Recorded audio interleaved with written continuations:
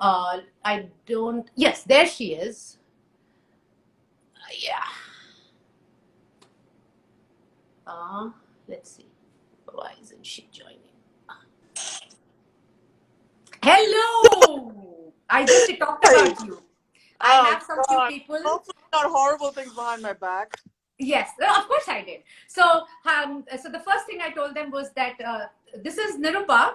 I can't explain her. Let her come on the show and she will explain herself. So that's how I introduce yourself. So, guys, this is Nirupa, the way I talked about her. So, one is obviously a very, very dear friend, but we have a very interesting history where we call each other our ex-work wives. We tried to work together for about 6 months. We bit each other's head off, fought for about a year, and then we very calmly came back together as we grew up. So, welcome, Nirupa.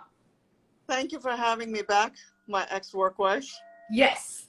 So, where are you right now? I'm in Jersey City. No, at home, but downstairs. I'm actually up in my bedroom upstairs. Oh, okay. Yeah. So thanks for having me. It's a beautiful sunny day, and there's sun in my eyes right now. Yeah, I can see that, and you're definitely looking sleepy. I'm assuming that you just got up. No, I actually took a shower today. Showers are purely optional now, but I took a shower today just for you. I think I will send this photo, for a poll to all our close friends who constantly nag you about your showering habits. Yes, they have become very optional. Yes. Okay, great. So let's get started. So guys, Nirupa, why don't you, instead of me introducing what you have done, I know you have done some really cool banking stuff. And then she went on an eat, pray, love tour. That's what I call it, because she's into meditation, yoga, fitness, all the stuff that I'm not. So why don't you talk about, your whole journey and this place that we are today, the place between places. And so why don't you give us a little insight into how you reached here in like a short 5-minute journey of yours? Well, I came on a flight from India in 1998. I came to study and I went to college in Massachusetts. I am a first generation immigrant because my parents and my sister are still overseas. I joined finance very shortly after I graduated from college, which was a bit of a surprise because I actually had studied anthropology and I really had wanted to go into development and be of service to the world. Instead, I went and joined Wall Street, I guess, and I did that for about 14 years, 13 years technically, and a year in a hedge fund. And all good things must come to an end. So in 2016, I had my cards handed to me, where I actually, for the first time in my career, which had been very successful, I lost my job. And a beautiful door opened from there on. Why I say beautiful? Because honestly, leaving a very high-paying career would have been very difficult. I don't think I would have had the courage to walk away from it voluntarily. And then I started this very freewheeling, unstructured life from 2017. And I did a lot of experiments. And Shelja, I hope you won't be offended if I called our partnership an experiment, but I Oh yeah, absolutely. It was a disastrous experiment. It's all right. We learned. Yes. We loved, we lived, and we learned. And Yes.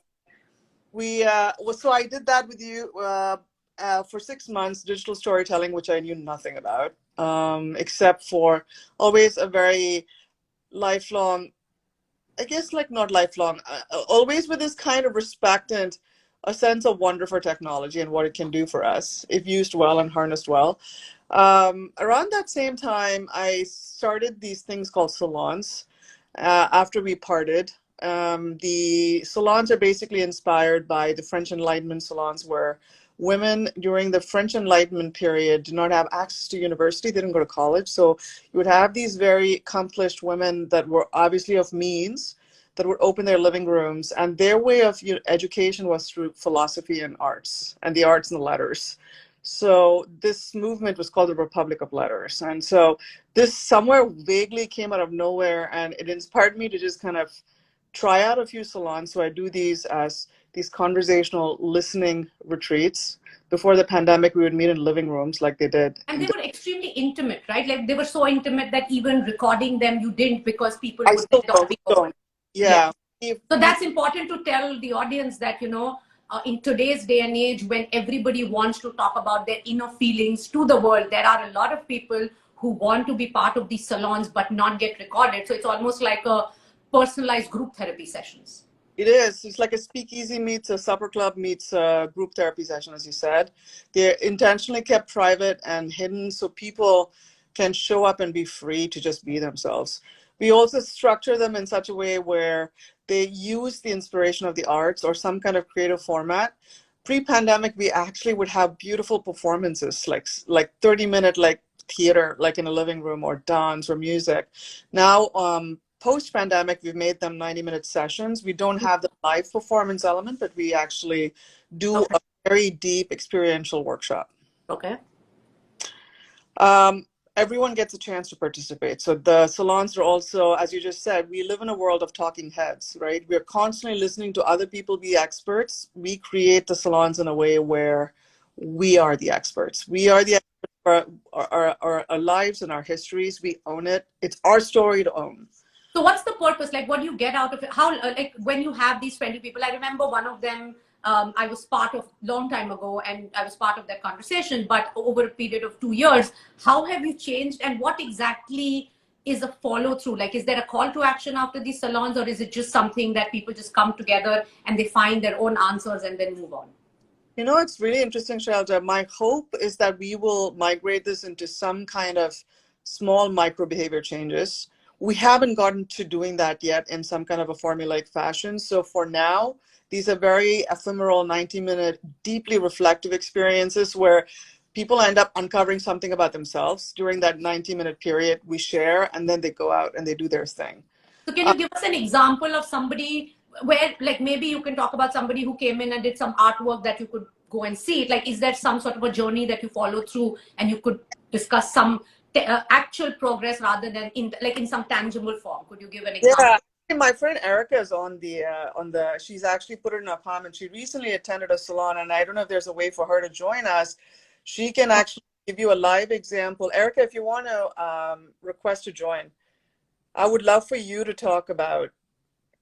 Yeah, Otherwise, because I was just looking at that, and that's why, because she said that she joined and it was amazing. So I thought maybe if you could discuss yeah. actual physical example of, I don't know if, So, yeah, can't join. so I just want to make sure I have a permission to just speak a little bit. I won't mention in great detail, but essentially we did an embodied writing exercise the last salon. It was led by a performing artist by the name of Dia Naidu.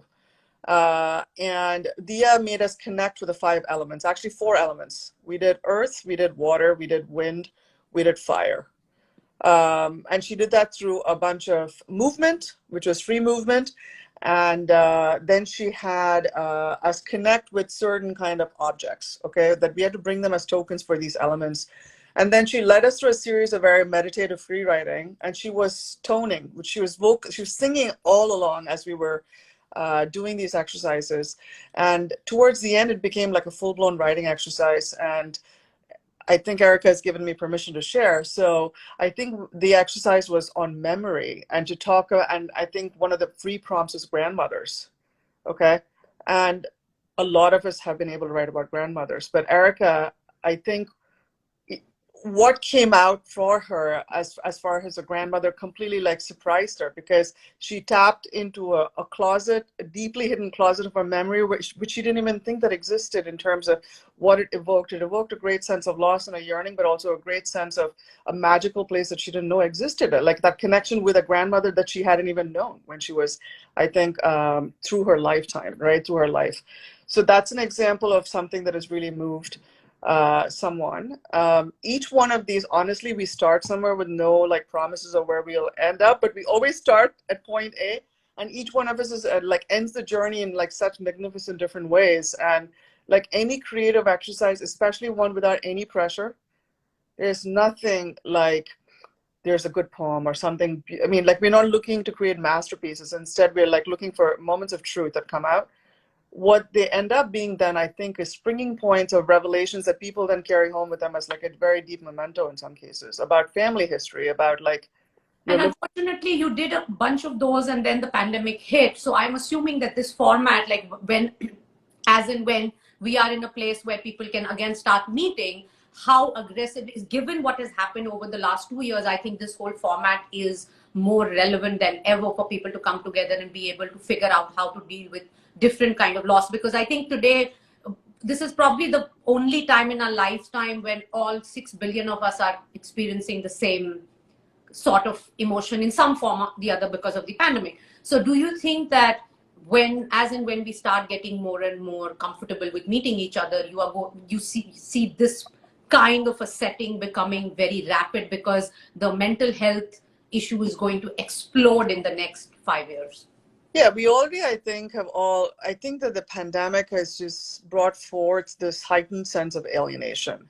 But the deepest form of alienation, frankly, is the alienation from yourself, you know? And in this, before the pandemic, my idea of salons honestly had been, it was a little bit of like a look back in my own loneliness. What I mean by that is I had a rich professional life, but I think for the fact that I spent 13 hours a day in an office tower somewhere, locked up somewhere, doing what I had to do, I think I was completely disconnected from my sense of creativity, and I was completely disconnected from I community. agree with you. Sorry to interrupt here, but this is something that you and I have had and a lot of arguments and discussions about. But here, I feel like you have the luxury to be able to do that. Like, how many people have the luxury to first be able to come abroad, study, and then be able to work in Wall Street, and then after making hopefully enough money that you feel comfortable about, and then be able to question and be able to ride on that, like take 2 years off and be able to do that. So that level of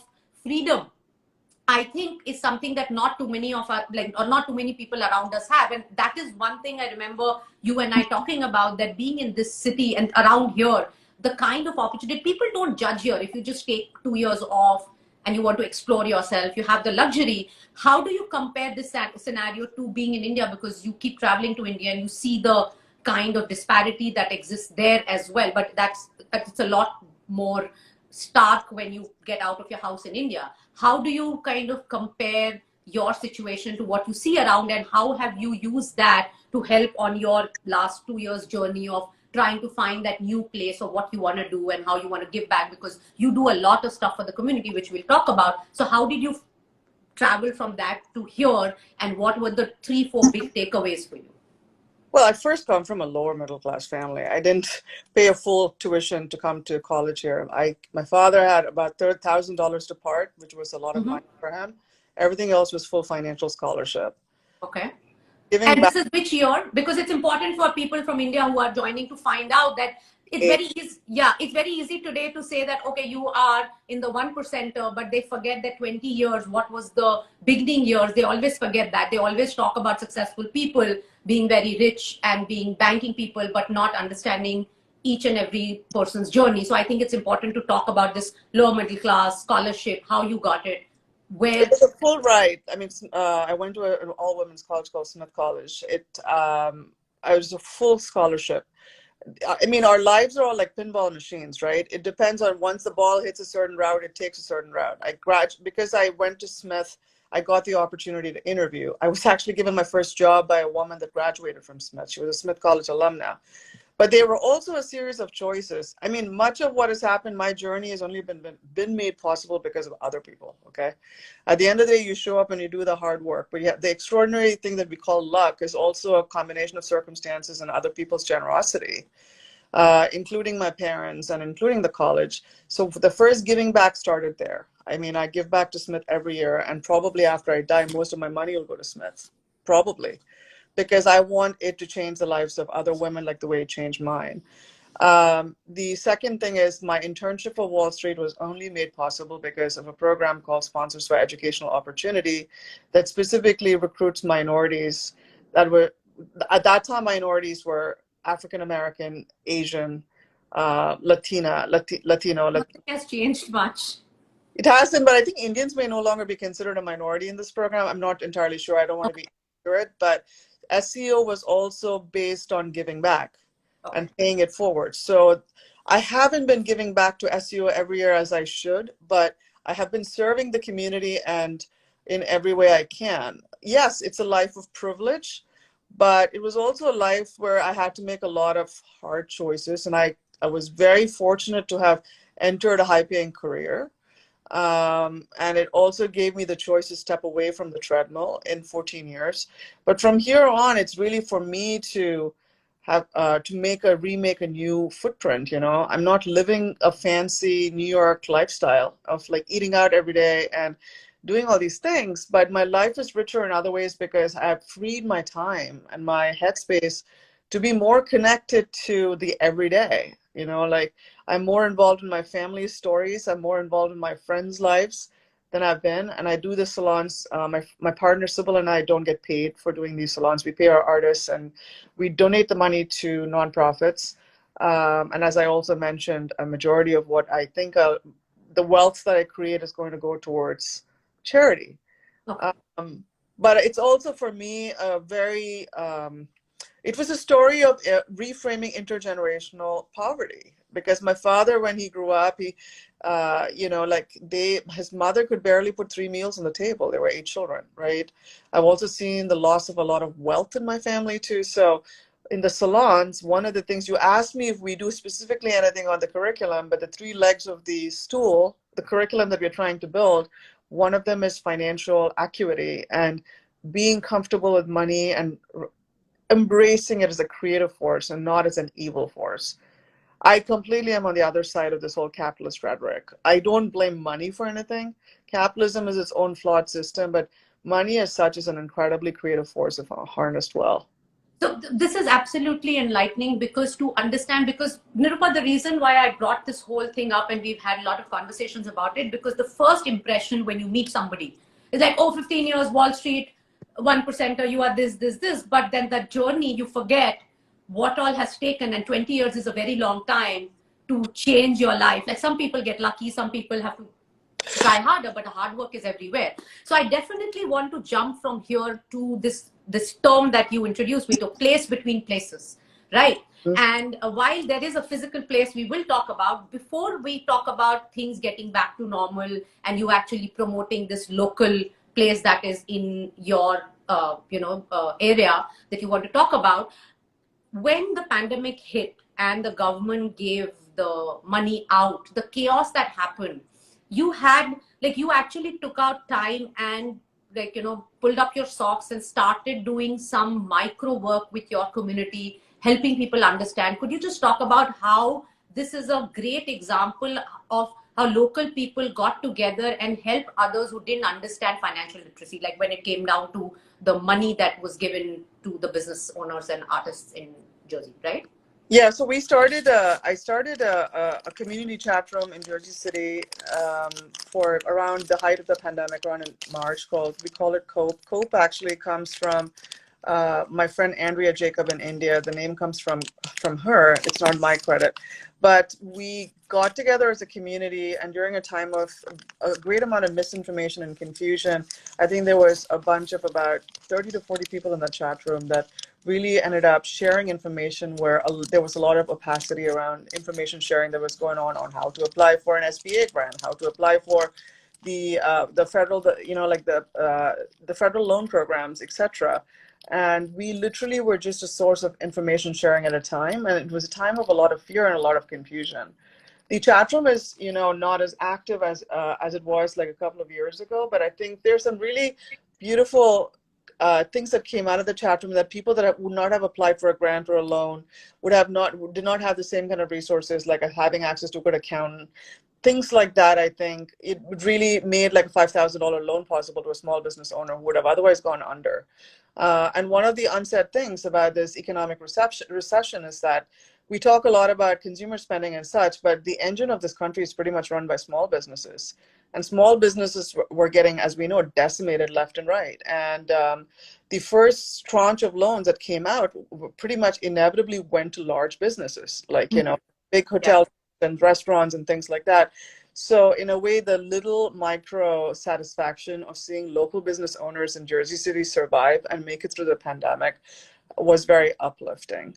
And an example and the inspiration for me to why I even reached out to you about this idea of a place between a place is there's a Pakistani restaurant that is at the corner right across City Hall in Jersey City called Lare Adda. I'm sure I'm saying this wrong, Shelja, I don't speak Hindi or Urdu, but... So I also don't speak Hindi, Urdu, but so I know there was a Bollywood song because my life, Bollywood. So yeah, there was a song where this word Lari is Oh, used. it's Lari. It's not No, Lari. no. It's L. But I think the REE, I don't know if it is Lari, you know, the R that we say, Yeah. or is it Lari? Like as NRIs, we are saying Lari. So I myself don't know. I went online, but Yeah. I don't want to make a mistake. So you are from Chennai, you can make a mistake. So you Yeah, say I will make a mistake. So for those who are not from India, lorry or a lari is a truck. And adda is apparently stop. So the name of the restaurant literally means a lorry stop. Now, this may not be of any significance to people in America, but you know, in the subcontinent, in India and Pakistan, these lorry stops are where people meet and gather, and they basically spend time because they have left a certain place and they are on their way to another place, but they have not reached the other side of the destination. So the lorry stop is basically the place between this places. is our US rest stops, no? The McDonald's and the stuff. Except that you have like much better food and things like Oh that. my God. I remember when we used to like as kids when we would travel by road, and I remember this Rajasthan trip. I was probably in the 10th standard. So there used to be these famous dhabas that would be next to these lorry stops, and they became so popular that we would time it like the way we plan our restaurant visits now, that oh, that one we'll get a reservation. We actually used to plan that, okay, we should stop and have the dal and roti of that particular dhaba because it's so popular. So I don't know Yeah. whether you did that. And also, I think that these are great communal places. And I Yeah. think what I was blown away by was originally this used to be a Pakistani restaurant called Medina.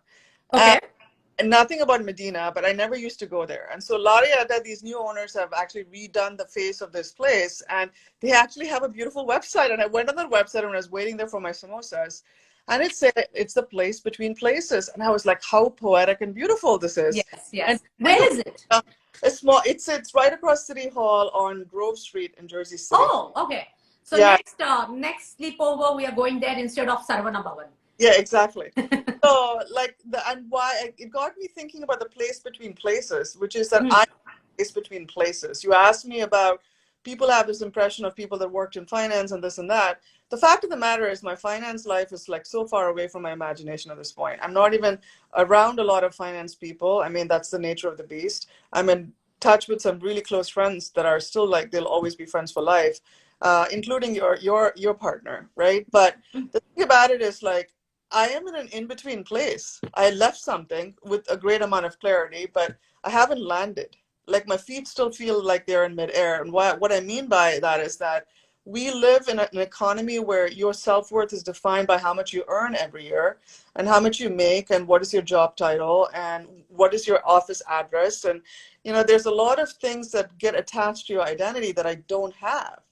I don't have a title. But you have history of that title. I don't necessarily hang my But hat. Nirupa, society sees it. That this is where I think you and I differ a Yeah, little but bit. I also will say that shelter, but the point of the matter is that's the past. The thing is, like, I'm very grateful for it. And No, I'm saying I'm saying you are absolutely right. In the fact is that you got lucky and you can now, like for the last 2 years, I'm seeing the kind of work and effort you're putting in things that is not giving you any monetary returns. Yet you are more fulfilled and more happy, and you travel more modestly. I see all of that. But what I'm trying to just acknowledge is that you still have that history of having achieved all of this and be able to do this. But a lot of the people, like kids, and over the last 2 years, I think you've also worked with a lot of these 19 to 25-year-olds in the last 2-3 years, right? So when I talk, especially people in India, when I talk to them, especially the current 19 to 25-year-olds have so much angst in India.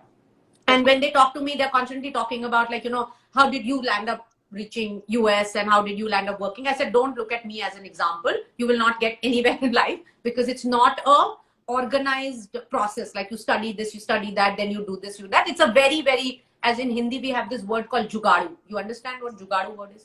Yeah.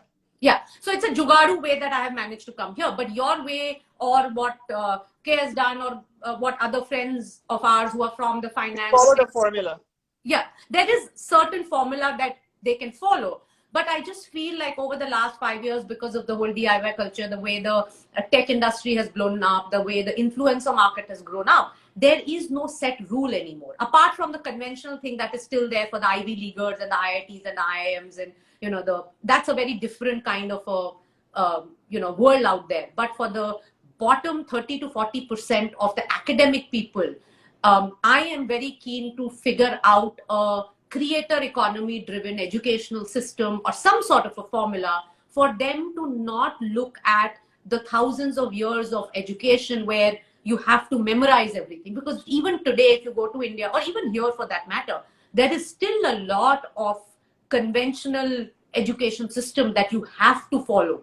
So today, the kind of path you are taking, a 19 or a 20-year-old cannot afford to They think like. can't because of the foundation. I think there's two things that I would say. It's not that they can't. There's, you also know that we are in an unprecedented time of multiple young people below like 30 that are billionaires too. I mean, I don't want to use those examples because those are not sustainable.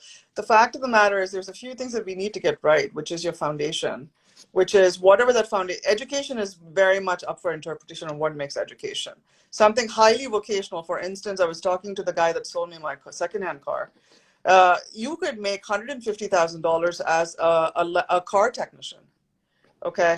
And there's plenty of jobs out there where you can make like 80 to 90 to $100,000, which you will not even think that are like high paying jobs. I think the biggest revolution that's happening right now is that office work and the definition of office work is being upended. There's a certain status and dignity that has always been given to office workers. And I think that, office workers work their asses off, but I think there's also that office work and how it empowers a human being and how dignified office work life is really coming massively under question. And I think, Shelter, to be honest, our generation would not have bucked the trend. Like, I think it's really millennials and the younger people that have woken up and they're like, why are we working this hard for? And like, why are we expending our time and our energy and our creativity and like, increasing the shareholder bottom line of profits that we may never see the benefits of, right? So you have a lot of younger people leaving and choosing alternative lifestyles. I think I was reading in Fast Company that that number might be anywhere close to 25 to 28%, like of the whatever they call the Great Resignation. But the fact of what we are seeing right now is we will see the revolutionizing of what work means to anyone and what education means to anyone, right? And my sincere hope is that we come back to our foundations, which is our relationships, which is family and friends and the community and the network. Second, I think as long as we live in a world where money, whatever it might be, crypto or not, I think that we have to know how to deal with money and how to make it grow. You also kind of acutely want to be in touch with like what is the itch that you satisfy that you want to fulfill, right? From that standpoint, you have to consistently be invested in yourself, and you have to be consistently investing in your relationships and your network. And what is knowledge, right? Like economies are changing constantly. And I think that we will just have to come to an understanding that I think things that were considered sexy, dignified jobs like 5 to 10 years ago may not be the kind of blueprint of success, like success and failure is being remade now, right? And I think it's an exciting time. It's a terrifying time as well. But Sorry, I agree with you, but I also feel, and this is the same thing like when we were in our 20s, right? And we used to hear our parents talk about that times are changing, and our generation, when we grow up, what we need to do, how the world needs it, like, the whole idealized version of what you want to do in life. But then once I'm 47, so once I traveled from 20 to 47, last 27 years, but I still see that the power to change the world, while the younger and the 700 million, I understand that. But when I look at the people around me who are senior finance people, tech people, it still just feels like that people like you and me are not even being able to move the needle, because the big power thing is still with those 75 to 80, 70 to 85-year-old equivalent of white men across the world.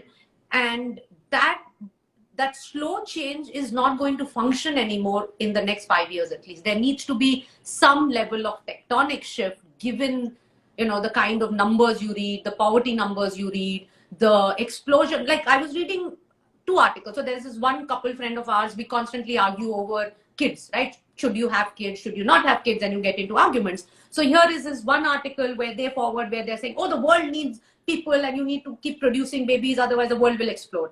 And my question is, we were 2 billion people. Now we are 6 billion people. Now the world will explode if we don't have 10 billion people. So on one hand, we have that argument. On the other hand, we have the argument that there won't be enough food to feed those 10 billion. So on one hand, we are arguing about this. You and I are talking about trying to change the education system, but the capitalism and the capitalists and the X percent of people who own X percent of wealth in the world are still that small number. They are not in their 40s or 50s. They are in their 70s and 80s with generational wealth. I mean, What you think is the conversation that people like you, me, and our friends need to at least aggressively start having to like make the needle a little bigger? I think Erica had mentioned intentional living. I would just say that it's values-based living. I think we also have, as much as you have the world's top 20 billionaires being whatever, like white, Anglo-Saxon, Caucasian individuals, you have to look at the massive demographic shift that is happening. I can't speak for the rest of the world, but we are in the midst of the largest wealth generation shift that is happening in the US, where in the next 10 to 12 years, women and millennials will be the biggest asset holders of the US. So, I mean, yes, we can look at those big numbers and things at the top of the pyramid. Frankly, looking at the top of the pyramid has never been inspiring for me. Because, like, I mean, when you look at the ocean in its entirety, you don't want to swim, especially for a poor swimmer like me. But instead, what I'm encouraged by is demographics. Inevitably, you're going to have new young people in politics in the next 10 to 15 years. I mean, and you also see that this younger generation has been much more values-based and less sort of like goals and, like other ambitional models based like we've been. Young people are growing up kind of embracing their own model of success as well. Look at that. For us, like, as you said, like, it's taken me this long to understand that some rich millionaire's formula of success is not mine anymore. If I'm going to be waking up every morning trying to make change in my life and I'm still measuring myself by my same old stupid formula, stagnant formula, which don't resonate with me, Shelja, like, I am not going to be extracting the most that I can out of my life. And I think our younger generations are doing this already. And on the poverty and the disparity, yes, we are living in a time of heightened disparities. And the thing about it is, like, I think as much as we've put it all, we have had the luxury of putting things off to the future. Unfortunately, climate change, you've seen the way climate change is presenting itself to us now. We know that the pandemic has reminded us very clearly how interconnected we are. Look at the vaccine inequity that we've had in the world, and this pandemic will continue as long as the Western Bloc continues to hog vaccine distribution and production, right? So my point is, like, this is not a long-term fix. I think that we are facing the consequences of some sloppy choices that we've made.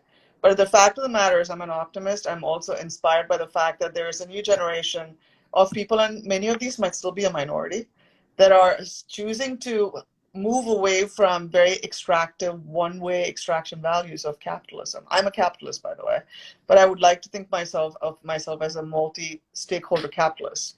In my capitalist equation, hopefully I'm thinking about my community, I'm thinking about the environment, I'm thinking about children that I haven't had, that I will never have, right? And there's a lot more of us out there. So to ask your question, I choose my friends and I choose my relationships now based on whether we share similar values. Dude, and time is running out. Like, this climate change stuff is like no longer an abstraction. We know this.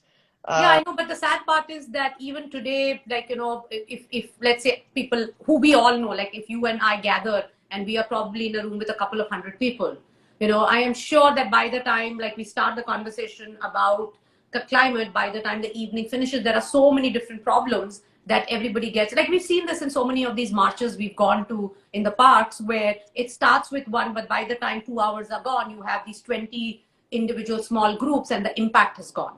But where do you see art in this whole space? Do you think art is as important to spread the message, and people should look at storytelling and art being the weapon to try and make that difference, and people should not look at like the art endowment as just a side gig? It's an important part of education, and that is what's going to change the mind of people. How important do you think art is in this whole equation? I mean, you know that I'm very new to the arts, so I'm only 4 years old in this journey. I would say that art is as essential as living and breathing. Only reason I say that is because I've come to realize that to be human and to be living is to be creative, and creativity is something that has been put off like in some back closet, or it has been put in a rarefied pedestal where we say that only a few people can be creative. Arts essentially is a fundamental response to the human experience every day. It's a language. But what do you say to a country when they start, like any country? And the sad part is that over the last 3-4 years, we have seen one of the largest democracy in the world constantly stifling artists, and not because of anything else, but because of mob rule. That one, and recently we have seen example after examples of artists being banned, their shows being cancelled because mob rule is taking over, and there is nothing you can do. And the big artists, the biggest of artists in the country, are not speaking up because they are also scared. So what does that say about a society? And then of course the people are going to start giving you and me death threats because you all are NRIs, don't talk about don't air your dirty laundry in public. And like, I don't understand that attitude. We are both from India. Why can't we talk about the country we've lived for 30 years? Well, I mean, so you made multiple comments. One is like, one of the things that I struggle with always is science is somehow considered more legitimate in our way of thinking, and more things are justified in the name of science.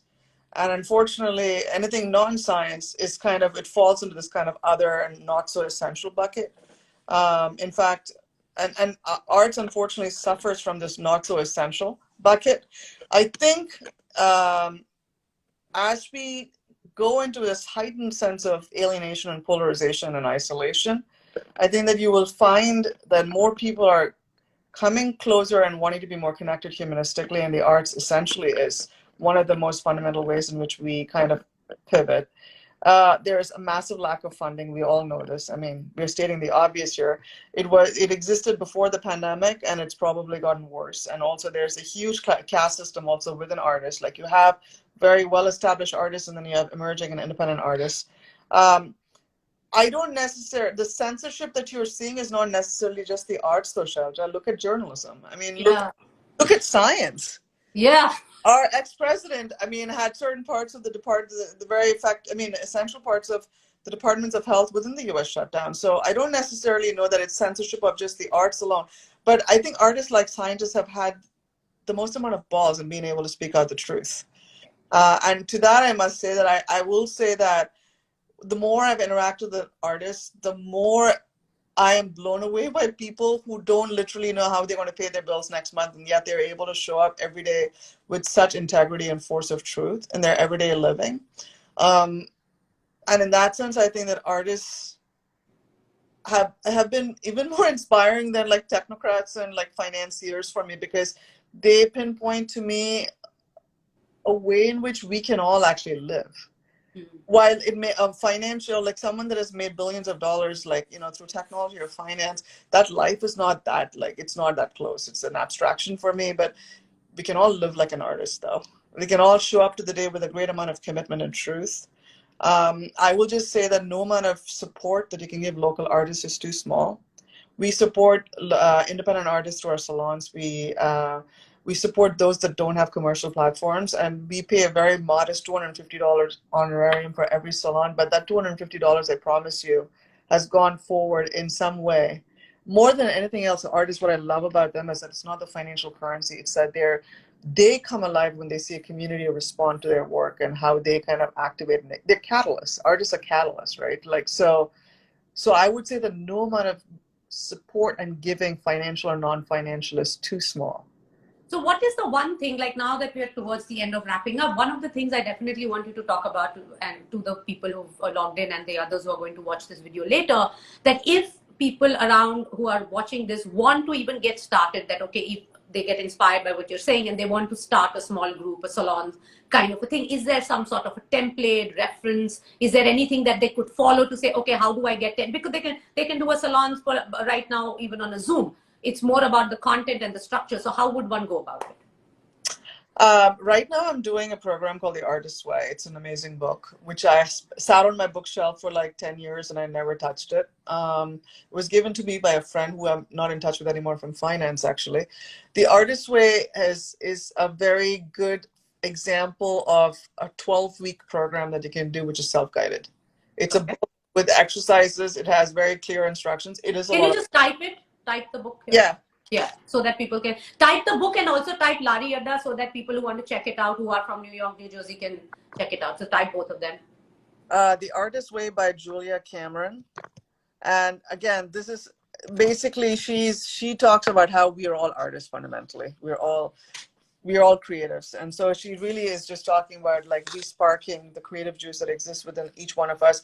And I think what happens, and I'm only like on week 3 of doing this, by doing just these simple, humble exercises that this woman has laid out in this book, I think she says that you show up to the world in a very different way every day. That's one aspect of behavior change that, you know, you bring upon with, you are empowering yourself to be your own revolution, right? Lare Adda is the Pakistani restaurant. So if anyone is in Jersey City, you can always visit it. It's right across City Hall. And what else can I tell you? So that's what I'm doing right now. It's very programmatic. It's very formulaic. But it's also open very much to interpretation. And guess what? You are deriving raw material from your everyday life. You don't need anything else besides a book and a paper and a pen. I do think because last 2 years, while my work I have continued, I got into my artwork a little more and I started spending little time just making art, even if it's not to show people, and some very, very explosive art that I would make. Like if I show it to outside, I'll probably be beheaded. But the fact that I'm able to express that anger, and even if it's just scribbling or doing it, even if it's not good, the fact that I'm able to do that just makes me feel good. And then there are 3-4 friends who are also angry that we share, and we know that they're not going to share it outside. It's almost like, you know, what if your sex video gets leaked? It's that explosive. So you want to be very trustworthy of people that you're sharing. But I do think that making art, sharing art, whether it's visual, whether it's verbal, if you are not allowed to perform in a public environment, maybe 10 people should just get together online and probably start. Is running a WhatsApp group. I'm doing this for the 3rd time with her. It's create like a child for 21 days. It's a WhatsApp group. The rules are what you just mentioned. It's a safe space for us to show up, and we're just creating for the sake of creating. Each one has their own expressions. Like some of them come and sketch, some of them do digital sketches like you. I write poems sometimes. I will write short sketches and short stories. But some days it's just a squiggle on a notebook, right? Like, so we do this for 21 days, and you asked about behavior change.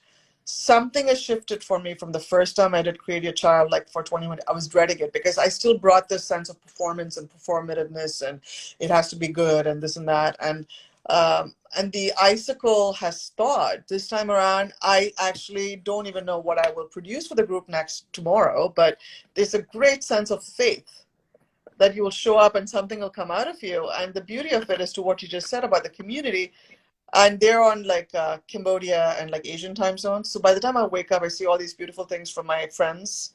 My well is already being fed because I've seen what they've put out, and then like I'm able to respond in my own way. And that's the way creativity is, right? Like it's like a community fountain. So you can also start a group on 21 days of creating like a child. Yeah, I totally understand, because, you know, this whole vlogging thing, especially live, the reason I'm doing this live is because, you know, my habit of taking pictures, and, you know, the amount I take and the amount I publish are very disparate, right? So this time for vlogging also, for me, it was like, I might not know what I'm going to talk about. I might just blabber for like 45 minutes, but I have to do it every day. So I landed up pretty much shaming myself by making a post about, like, a very attractive post that I will be doing this on Tuesday, Thursday, 12 to 1. So once you shame yourself publicly, you have to do it. And this is my 3rd episode, and thankfully you are here, because I was like, if I don't find one more person this episode to talk, I don't know what I'm going to talk for 45. So I found one bakra. You know what bakra means? Goat. Yes. You know bali ka bakra, what the term means? No. Why are you hitting your head like that? Hindi does not have to be. Hey, listen, how many years have we known each other? This much of Hindi you need to know. No, I'm clever. Oh my God. You don't use that as an excuse all the time. Okay. Bali ka bakra is basically, you know, in Ramzan, the sacrificial lamb. So bali ka bakra, so you are the sacrificial lamb for me, the first guest. Okay. Yeah. Okay. So we have given a taste of our friendship to the people. So the next episode, I think we should curate it and make. I can guarantee you. So this is the first time a couple of my friends, school friends from India, they're the first time they're going to see my camaraderie with a friend that I made here, who's my spouse's childhood friend. So I am going to get a lot of questions for you for our next episode. I can guarantee you that. I look forward to it, Shelja. I really enjoyed hanging out with you today. Okay, and the next time, definitely, like, if you have any more of these local artisans, if you want to do some sort of a workshop, hopefully I'll get to a decent crowd, and we should probably do a Bridgerton tunnel joke from here and there. right? I'll also put the salon's website before I hang up because Yes. No, I was just saying, and then next time we are going to do some bridges and tunnel jokes. I will not participate in that. I refuse to be subject to the So humiliation of in my. fact, my first, you type your, did you type? Yeah. So people do check out Lari Adda, Salons for Life, and the book that you talked about. Yeah, the artist way. Yeah. And what's your handle? M for Mrs. At M for Mrs. What's the secret behind M for Mrs.? It was just a very random thing, to be honest. And honestly, it's just like a play on the fact that I will never be called a Mrs.